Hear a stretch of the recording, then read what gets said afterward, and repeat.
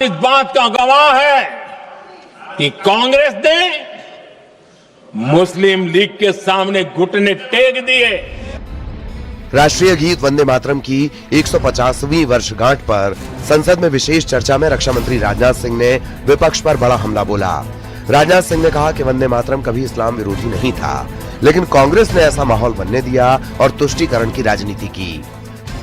आज जब हम वंदे मातरम की 1.5 शताब्दी की गौरवशाली यात्रा का उत्सव मना रहे हैं, तब यह सच स्वीकार करना पड़ेगा कि वंदे मातरम के साथ जो न्याय होना चाहिए था वह न्याय नहीं हुआ।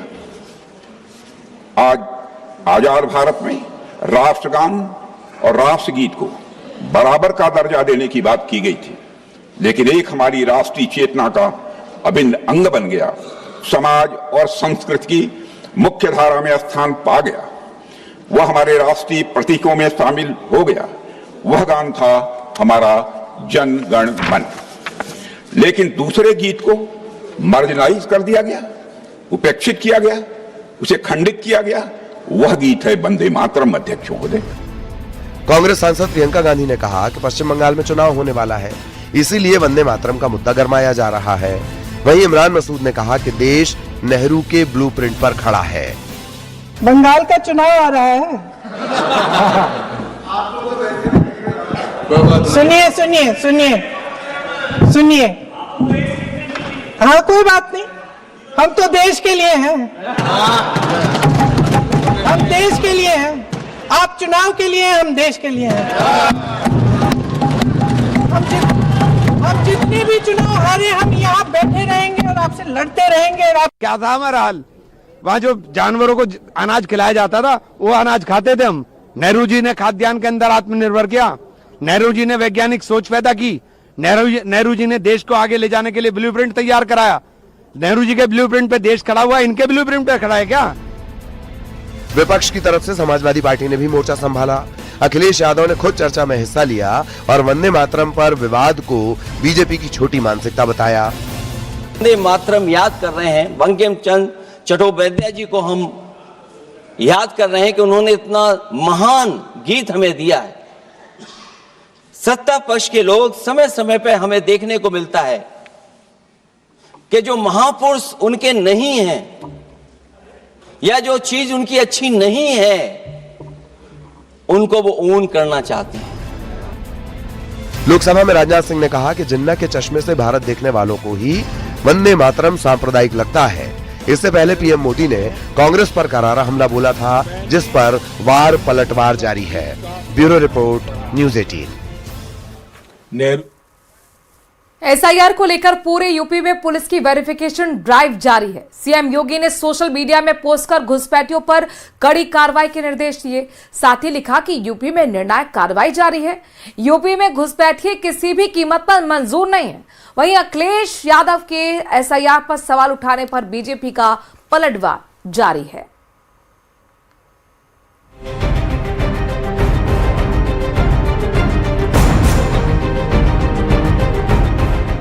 एसआईआर को लेकर पूरे यूपी में पुलिस की वेरिफिकेशन ड्राइव चल रही है, जिसमें अलग अलग शहरों में रोहिंग्याओं और घुसपैठियों की तलाश की जा रही है। सीएम योगी के निर्देश के बाद से पुलिस प्रशासन की टीम लगातार एक्शन में है। वहीं घुसपैठियों को लेकर सीएम योगी ने सोशल मीडिया पर पोस्ट कर लिखा, यूपी में घुसपैठियों पर निर्णायक कार्रवाई शुरू हो चुकी है। रोहिंग्या बांग्लादेशी पर सख्त कार्रवाई की जा रही है। बेहतर कानून व्यवस्था और सुरक्षा हमारी प्राथमिकता है। घुसपैठिए किसी भी कीमत पर मंजूर नहीं है। संसाधनों पर अधिकार नागरिकों का है, घुसपैठियों का नहीं। सुरक्षा ही समृद्धि का आधार है। प्रदेश की सुरक्षा सभी की सामूहिक जिम्मेदारी है। पुलिस के अभियान पर एसपी अध्यक्ष अखिलेश यादव ने सवाल उठाया है और उन्होंने एसआईआर को वोट जोड़ने का नहीं बल्कि वोट काटने का अभियान बताया।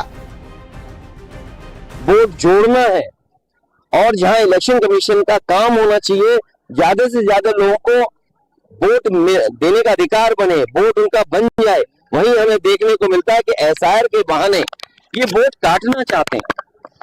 ये तो पहली बार सुनने को मिला है कि संविधान से बनी हुई संस्था वोट बनवाने से ज्यादा वोट कटवाने की चिंता कर रही है।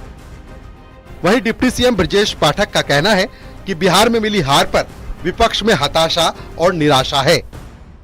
अखिलेश यादव जी से पूछना कि जरा पुराने अखबार की कटिंग कोई निकाल ले, आप अपना ही चैनल दिखा देना, अगर किसी चैनल में हो तो उसका चैनल की जो इनके रीजन की घटनाएं दिखा दीजिएगा तो उनका मुंह बंद हो जाएगा। मंत्री योगी जी कह रहे हैं कि लगातार बांग्लादेश और रोहिंग्या की बात कर रहे हैं। हाँ, कोई भी घुसपैठिया जो देश विरोधी ताकतें हैं, जो अवैध रूप से घुसा दिए गए, उनको निकाल बाहर किया जाएगा और कानून के तहत कड़ी से कड़ी सजा भी मिलेगी। कैबिनेट मंत्री जयवीर सिंह का कहना है कि भ्रम फैलाकर अखिलेश को कुछ जीत हासिल हुई थी, इसीलिए वो हर मुद्दे पर अब भ्रम फैलाने की कोशिश में जुटे हैं। आरक्षण करो मरोगे इसलिए आ गई। आरक्षण संवैधानिक व्यवस्था के तहत पूरी तरह सुरक्षित है, संरक्षित है, और यही भ्रम फैला के इन लोगों को एक आंशिक सफलता लोकसभा मिल गई है। तो बार बार संविधान संविधान चिल्लाते हैं, जो कि वास्तव में संविधान निर्माता का सम्मान की बात हो, संविधान के सम्मान की बात हो, अक्षर से पालन करने की बात हो। भारतीय जनता पार्टी प्रतिबद्धता के साथ इस दायित्व को निभा रही है और संविधान को अपने धर्म ग्रंथ की तरह सम्मान करने का काम भारतीय जनता पार्टी करती है। वहीं समाजवादी पार्टी का कहना है कि बीजेपी सिर्फ वोट बैंक की राजनीति के लिए एसआईआर को हथियार बना रही है। और अगर भारतीय जनता पार्टी पाकिस्तानी घुसपैठिया सीमा हैदर को वापस नहीं भेजती तो इस बात को मान लिया जाएगा कि भारतीय जनता पार्टी के पास जो घुसपैठिए का मुद्दा है वो केवल राजनीतिक मुद्दा है। उनको किसी घुसपैठिए को ना पकड़ना है, ना उसकी पहचान करना है, ना उसे वापस भेजना है। केवल राजनीतिक वोट बैंक की राजनीति के लिए उन शब्दों का इस्तेमाल करना। सहारनपुर में एसआईआर सर्वे के दौरान फर्जीवाड़े में पुलिस ने बड़ी कार्रवाई की है। पुलिस ने 2 भाइयों को गिरफ्तार किया है। दोनों पर वोटर लिस्ट फॉर्म पर फर्जी साइन करने का आरोप है। सऊदी अरब में रह रहे भाई की जगह पर वोटर लिस्ट फॉर्म में साइन किए गए थे। इस मामले में 3 दिसंबर को केस दर्ज हुआ। पुलिस ने दोनों आरोपियों को गिरफ्तार कर लिया है।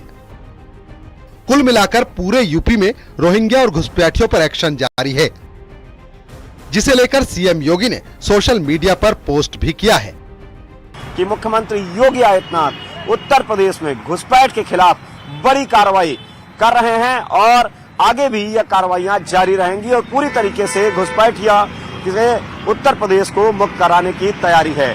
कैमरामैन गोपीगिरी के साथ संकेत प्रसाद, न्यूज़ 18 लखनऊ। मथुरा में वीएचपी की शौर्य यात्रा के दौरान कथावाचक देवकीनंदन ठाकुर ने अयोध्या के बाद मथुरा काशी को लेने का आह्वान कर दिया था, जिस पर एसपी सांसद रमाशंकर राजभर ने कड़ा ऐतराज जताया है। उन्होंने विवादित बयान में कहा है कि देश में मठ और मंदिर सिर्फ भिखारी पैदा कर रहे हैं।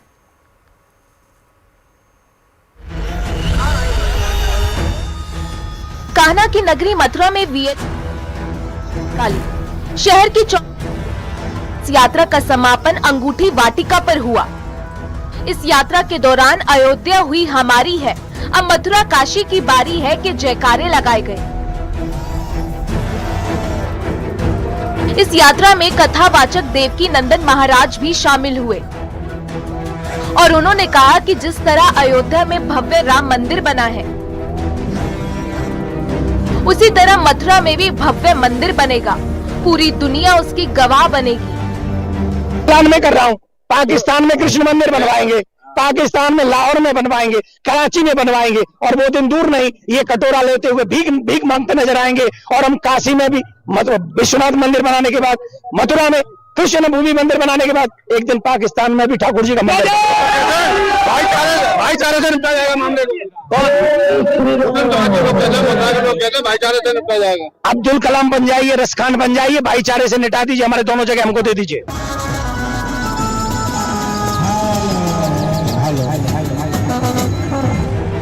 देवकीनंदन ठाकुर के काशी मथुरा लेने वाले बयान पर एसपी सांसद रमाशंकर राजभर ने कड़ा ऐतराज जताया है। उन्होंने विवादित बयान में कहा कि देश में मठ और मंदिर सिर्फ भिखारी पैदा कर रहे हैं। कौन रोक रहा है?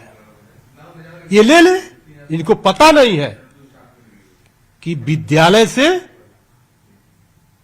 आईएएस और पीसीएस पैदा होते हैं और मठ और मंदिरों से भिखारी पैदा होते हैं।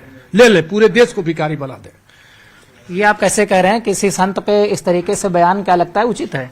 देश संत चलाएंगे, लोकतंत्र को संत चलाएंगे। और इतना अगर संत ही बहुत बड़ी चीज है तो संत एमपी एमएलए बनना छोड़ दे। कथावाचक देवकी नंदन ठाकुर के मथुरा काशी लेने वाले बयान पर सियासत जारी है।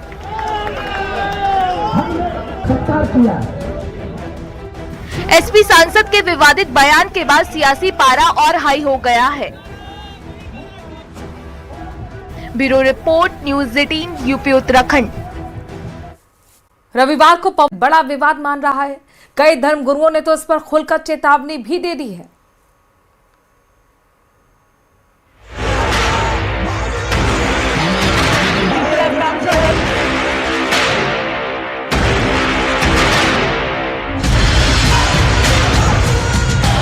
पश्चिम बंगाल के मुर्शिदाबाद में बाबरी मस्जिद का शिलान्यास हुआ तो इस मुद्दे की आग बंगाल से निकलकर देश भर में फैल गई।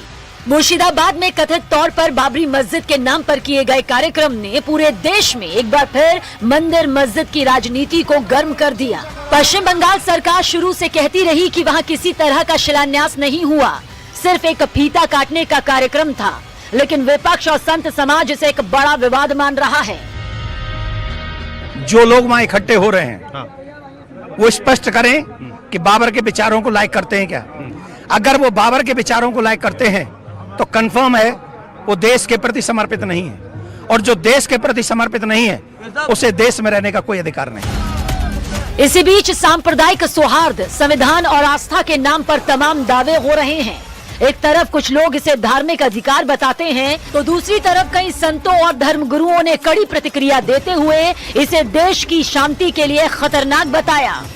इससे पहले भी बंगाल में धार्मिक पहचान और राजनीति की टकराहट कई बार सुर्खियों में रही है, और अब ये नया विवाद उस तनाव को और बढ़ाते हुए दिखाई दे रहा है। उनकी मंशा पूरी नहीं हो पाएगी। ममता नामता हिंदू, वास्तव में भारत विरोधी महिला है। मुर्शिदाबाद में बाबरी मस्जिद की नींव ने देश भर में नई बहस छेड़ दी है। धार्मिक नेताओं से लेकर राजनीतिक चेहरों तक इस मुद्दे पर प्रतिक्रियाओं का सैलाब उमड़ रहा है। जब संविधान में ऐसा कोई क्लोज नहीं है तो जो लोग इसकी मुखालफत कर रहे हैं बाबरी मस्जिद बनने की, वो भी बंगाल में, अयोध्या में तो नहीं बना रहा है कोई। अयोध्या में बाबरी मस्जिद का मामला था, सुप्रीम कोर्ट ने फैसला दिया, मुसलमान खामोश हो गया। अब देश के किसी भी कोने में अगर बाबर नाम से मस्जिद बन रही है तो ये संविधान की अनदेखी तो है नहीं। उनकी बात से सीधा सीधा ये समझ में आता है कि उनके लिए देश प्रेम नाम की कोई वस्तु नहीं है। देश के लिए वो सोचते ही नहीं, इसलिए उनको बाहर का एक व्यक्ति बाबर याद आ रहा है जो हमारे ऊपर हमलावर होकर आया था। तो ये एक बहुत ही एक ऐसा बयान है और एक ऐसा काम वो उन्होंने शुरू किया है जो जिसकी जितना भी निंदा की जाए उतनी कम। बंगाल चुनाव करीब है, ऐसे में बाबरी मस्जिद का ये विवाद सिर्फ धार्मिक मुद्दा नहीं रहा, बल्कि ये राज्य की राजनीति पर भी सीधा असर डालेगा।